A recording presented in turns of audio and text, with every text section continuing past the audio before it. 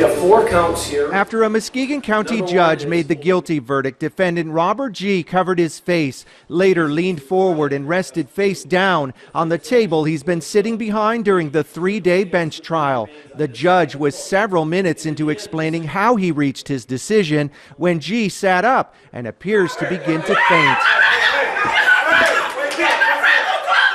Some of G's family members were removed from the courtroom. G didn't faint. He was gesturing and talking in the direction of his family. Then several minutes later, a second possible fainting spell and G was carried from the courtroom. He was found guilty of first-degree murder, premeditated murder, and 2 gun-related charges. Prosecutors proved he shot and killed Muskegon area singer Jake Rameo. He knew how to bring in a crowd, I can tell you that. Rameo was on his Harley chasing down the person stealing his brother's car last June. Jake was a hero that night, and for sure I'm going to make sure that memory lives on because of that.